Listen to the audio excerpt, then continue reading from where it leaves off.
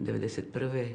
kada sam se zatekla sa djecom u skloništu i kad je granata, jedna od onih koje su pucale od prvih zraka sunca do posljednjih, svakih 30 sekundi, udarila u zgradu i onda su djeca počela vrištati, mame i dovikivati se, stari mumljati, a moja najstarija djevojčica, tada 9-godišnjakinja, došla je i rekla: mama, ispričaj nam bajku. Ja u tom trenu nisam mogla zamisliti pri povijedanju, tom kaosu, ali ona je to ponovila i nakon što je još jednom me to zamolila, shvatila sam da moram poslušati. Okupila sam djecu iz skloništa i neke odrasle u jednu sobicu. Sjedali smo na podu, na deki, bila je tu ratna svijeća također, ne zbog ugođaja, nego zato što je to bilo jedino svjetlo. I počela sam pričati bajku. Već nakon prvih par slika, odjedanput se stvorila neka čudna atmosfera, neki mir se pleo okolo, oči su se raširile, lica zasjajila i mi smo bili sigurni.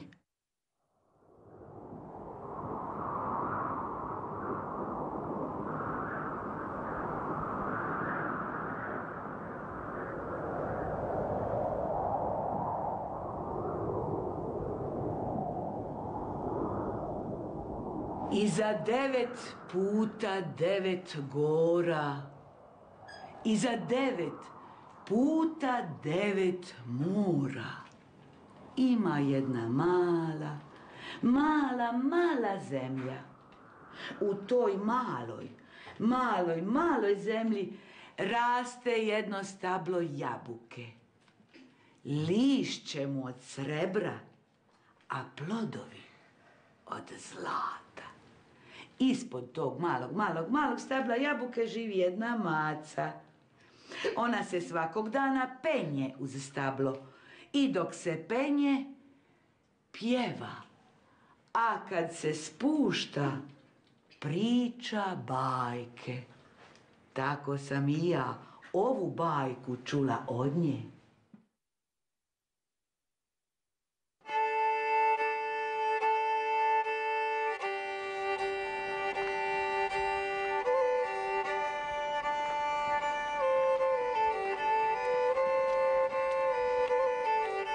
Bili jednom jedna baba i džed, dobar svijet. Ali nisu imali djece, zbog čega se baba često žalila. Ma kako to, džede moj, svi imaju djecu, jedino ja i ti nemamo.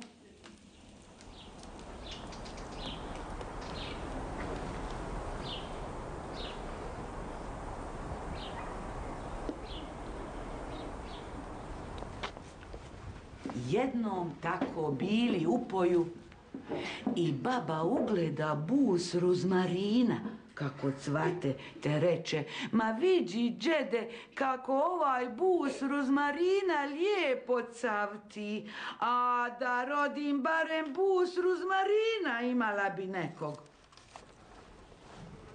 Kad gle, baba ostala noseća i kad je došlo pravo vrijeme, rodila bus ruzmarina.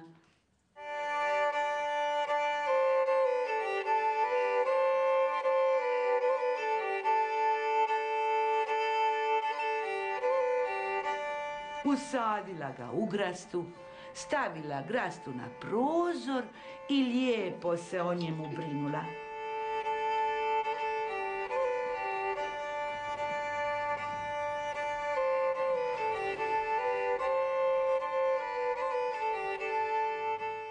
Da li ste čuli za bajku Bus ruzmarina? Ja nisam. Čula sam prije pogodine dana, jer mi je dolazila moja unuka i to je o temu pričala, od Busu ruzmarina. Mi danas ne znamo je li Bus ruzmarina prešao dakle iz pisane u usmenu kulturu.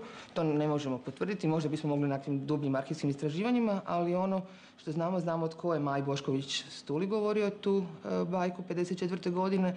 To je bila kazivačica Mare Kordić iz Čilipa, 70-godišnjakinja, čije pripovjedanje Maja Bošković Stuli opisuje kao stilski i iznimno razvedeno i zanimljivo. O njoj govori kao kazivačici koja priča živo i slikovito. Mare Kordić je inače bila porijeklom iz mjesta Drevenika i Maja Bošković-Stuli u uvodu zbirke navodi da je rekla da je većinu bajki, većinu priča koje je pripovjedala u biti čula u svom rodnom mjestu i to od jedne starice koju su svi kao djeca odlazili po priče, a koja je sama neko vrijeme radila u Dubrovniku. I na temelju toga Maja Bošković-Stuli u uvodu te rukopisne zbirke napominje da je moguće da ovdje govorimo i o bajkama i pričama koje su putovale iz grada na selo, a ne iz sela na grad, kako stereotipno se vrlo često zamišlja. Konavle su uvijek u stvari bile na razmeđu između istoka i zapada, zaleđa i priobalja, jedne visoke kulture urbanog življenja koje nalazimo u Dubrovniku i jednog tradicijskog življenja na selu kao što je susrećemo u Konavlima danas. I upravo u toj jednom kontaktu tih dvaju opozicija razvila se bogata usmena baština koja s jedne strane posjeduje bogate dinarske elemente, a s druge strane posjeduje široku lepezu sižeja, u stvari jedne mediteranske i zapadnoevropske kulture, odnosno usmene tradicije.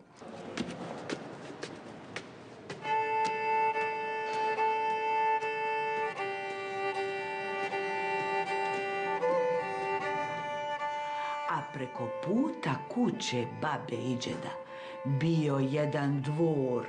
I u tom dvoru živio Kraljević. Njegov prozor gledao baš na prozor babe i džeda. I on vidio kako iz onog busa ruzmarina izlazi jedna djevojčica.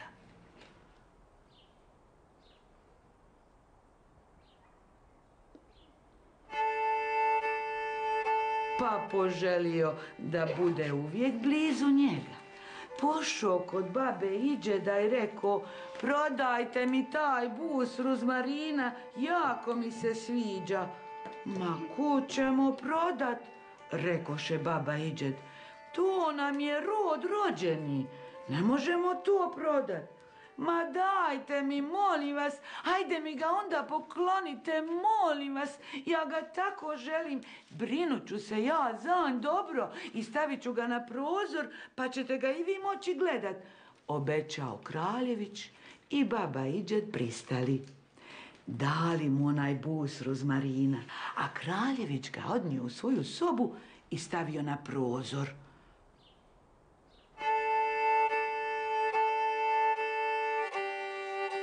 Ali one djevojčice više nije vidio. Nikoga nije vidio. Samo kad bi se navečer vratio u svoju sobu, našao bi krevet pospremljen, sve uredno i čisto. Pa šta mislite o tom motivu da žena rodi bus ruzmarina? To je Sak svoje ima ime. Ja ne znam. Meni je malo čudno, ali... Bajka Bus ruzmarina u stvari pokazuje koliko može biti jaka želja jedne majke da se u stvari da dobije dijete čak i u liku, u tom fitomorfnom liku ružmarina. Ženi je bilo teško, nije mogla roditi i napokon zažela makar bus ružmarina. I to je ta Poanta svega, da barem nešto ima. Da ima, Slične bajke navode pojavu djeteta u liku svinje ili liku zmije i tako dalje, a svi ti motivi koje nalazimo tamo imaju jedan zajednički predznak, a to je da su svi simbol plodnosti. Kad pogledamo druge varijante ove bajke, samo one koje imamo na hrvatskom jeziku, biti vidimo da ne mora biti rusmarin, da može biti i bosiljak. Odemo li u neke druge kulture, vidimo da može biti mirta ili neka druga biljka. Recimo, postoji Grimova bajka Karanfil u kojoj se djevojka pretvara u karanfil. U tom smislu je u biti problematično ili teško govoriti o tome zašto neka biljka na nekoj simboličkoj razini, dakle koja bi bila simbolika bosiljka ili ruzmarina, jer vidimo da se radi o vrlo promjenjivom elementu. Ono što možemo reći da ruzmarin u ovoj priči na neki način je trag onog lokalnog. Zašto je poželjela baš ružmarin? Od muke mi je to najprije palo na pamet. Jer je toliko bila jadna i snervana i mučna, pa nije znala što će rije drugo.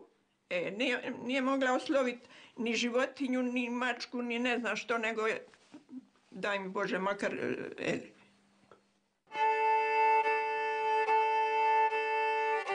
Jednoga dana kraljević se samo načini da je izašao iz sobe. Domalo, iz onog busa ruzmarina izađe djevojka, lijepa. A kraljević dođe, zgrabije, reče, sad si moja. Al ne mogu, reče ona. Ja se u ovaj bus ruzmarina moram stalno vraćat, a izaću iz njega tek kad navršim 21 godište. Ali ja bih htio tebe češće viđat, s tobom razgovarat. A ona djevojka mu da jedan zvončić pa reče, kad god poželiš sa mnom pričat, a ti pozvoni ovim zvonom, pa ću doći. Ali pazi, nemoj ga nikad ostavljati od sebe. Uvijek ga sobom nosi. Dobro, obeća kraljević. I tako svakog dana, kad god bi poželio njenog društva, pozvonio bi onim zvončićem. A djevojka iz busa ruzmarina bi izašla.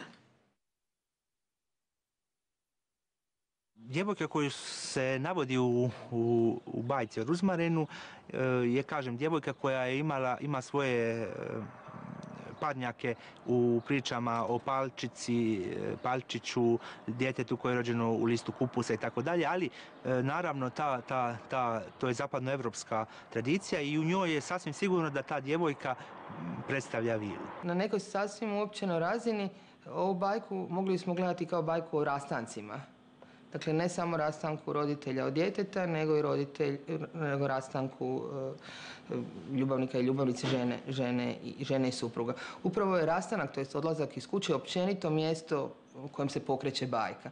Odlazak iz nekog sigurnog poznatog prostora je onaj trenutak u kojem se počinju događati neobične, neočekivane, strašne ili čudesne stvari. Bajka su ove priče koje su se stvarale među mladosti. Bilo je čak izmišljotina, ovi me poplašio, bilo ovako, bilo onako, preposan se i onda bi se stvorila priča na temelju tih izmišljotina i tako je to bilo. I nekomu je palo na pamet da učini, da nazove bus ruzmarina. Eto ti. Pripovjedač, on pripovjedajući svaki puta iznova stvara bajku. Bajke, ne smijemo zaboraviti, prenosile su se usmenim putem. Znači, one nisu postojale kao zapisana riječ. Nije to bila literatura, to je bila usmena, živa, govorna riječ. Pripovjedač opisuje slike, on se kreće kroz tu bajku, govori ono što vidi, što miriše, što osjeća. On proživljava tu bajku, unoseći kroz samu priču i svoje životno iskustvo spoznaje sve ono što on jest.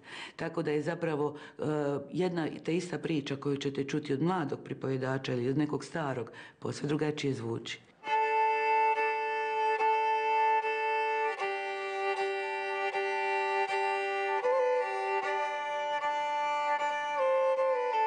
Jednoga dana kraljević hitno morao u grad, pa u onoj žurbi samo dovikne slugama: pazite mi ruzmarin, nemojte ga ni slučajno zalit vrelom vodom, i ode.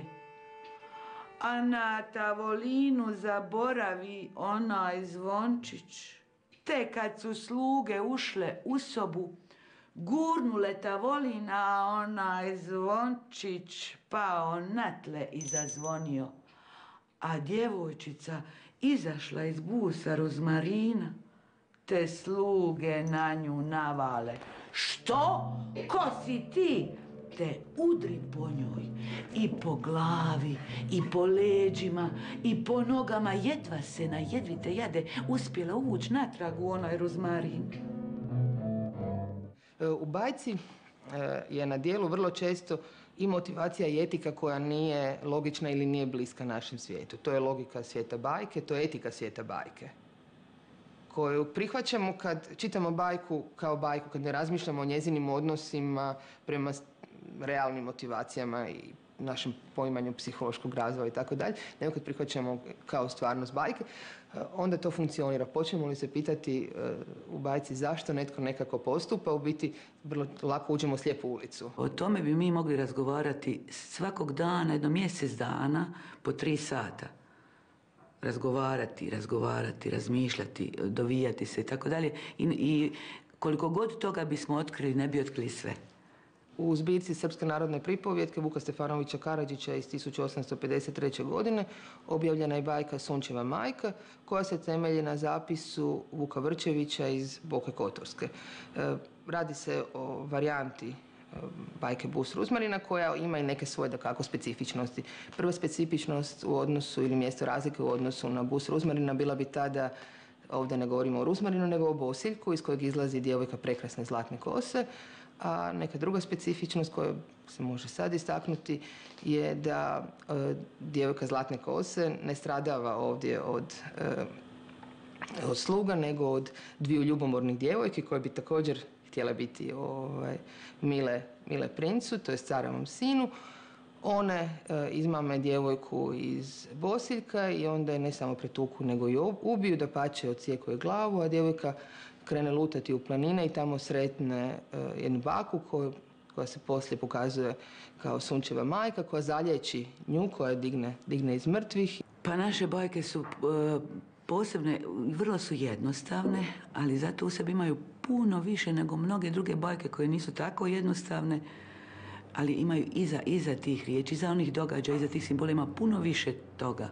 Dakle, ja to doživljavam kad ih pripovjedam, onda vidim koliko se toga, znate što u onoj tišini, znate kad se nešto događa, kad vi osjećate da se nešto događa sa slušateljima, sa tim svijetom i sa samom bajkom koja se eto tu stvara, one su vrlo posebne.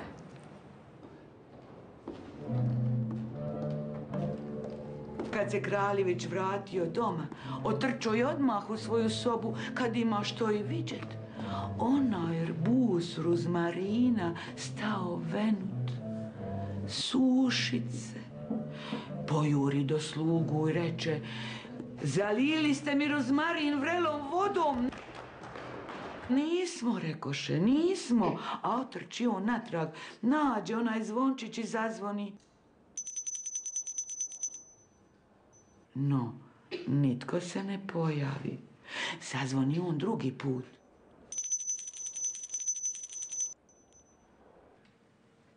Nema nikog. No kad je 3. put zazvonio, ona djevojčica izađe iz busa Ruzmarina, sva modra i ljubičasta od rana. "Što ti se dogodilo?" reče Kraljević. "Što se zbilo?" "Zaboravio si zvončić na tavolinu i sluge su ga našle i zazvonile. Ja sam izašla, a one su me pretukle. Jedva sam se vratila u Ruzmarin. Što mi je čini da ti pomognem, kaži." Kraljević je na to. A ona mu je rekla da svaki dan onaj Ruzmarin zalijeva svježom vodom i jednom na dan vodom od Ruzmarina.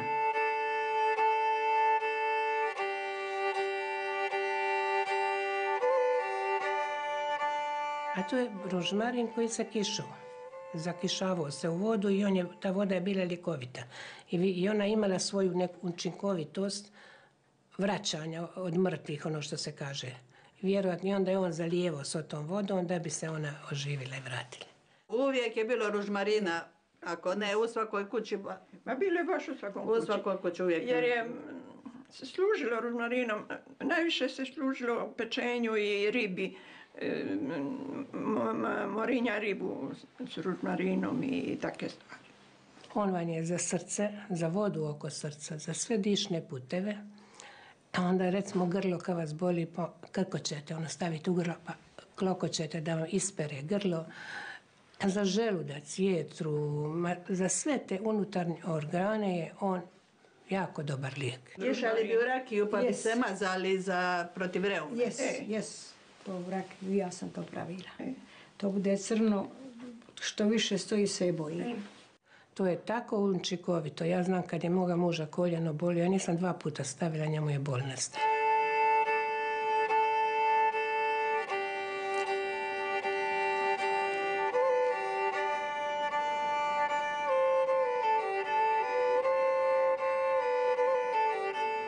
Kraljević se lijepo brinuo o onom rozmarinu i svježom vodom i jedanput na dan vodom iz rozmarina. I kad je prošlo 21 godište, djevojčica iz busa rozmarina izašla i više se u nj nije vraćala. I Kraljević i ona su se vjenčali. Trag ove današnje varijante busa rozmarina pratimo u 50. godine. Već tad Maja Bošković-Tuli kad zapisuje tu bajku napominje da postoje neke veze između te bajke i nekih drugih objavljenih i rukopisnih tekstova, recimo to tako.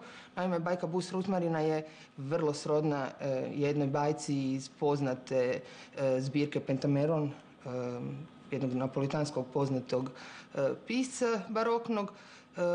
I ta zbirka je, pretpostavlja se, možda cirkulirala i Dubrovnikom, gradom Dubrovnikom i bila na neki način poznata nekom prethodnom kazivaču i poznavatelju busa rozmarina. Prije je bilo, nije bilo povezana sela kao što su danas, nego je svako selo imalo svoj zakon, svoje običaje, svoje, i oni bi imao svak svoju priču. Svak bi izmislio nešto. Prije su se ljudi sastajali u kominima i tu bi se zabavljali na prstena, na raznih igara, onih koje se može uza svijeću, nije lampa bila, nego lukjernica, ujanica. To je bilo jedino svjetlo prije. I oni su se tu zabavljali i pričali. Bilo bi tu i laži, bilo bi tu i izmišljotina i svega bi bilo. Kako ide put bajki, to nitko ne zna, zato što one putuju i putovale su zbilja svijetom, putuju dan danas, znate, usmenim putem, kao u starim vremenima. Recimo, ja sam jednu hrvatsku bajku pripovijedala na festivalima vani.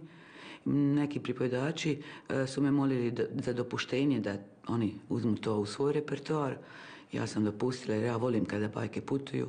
I tako vam sad ta naša mala hrvatska bajka putuje svijetom. Isto kao u starim vremenima.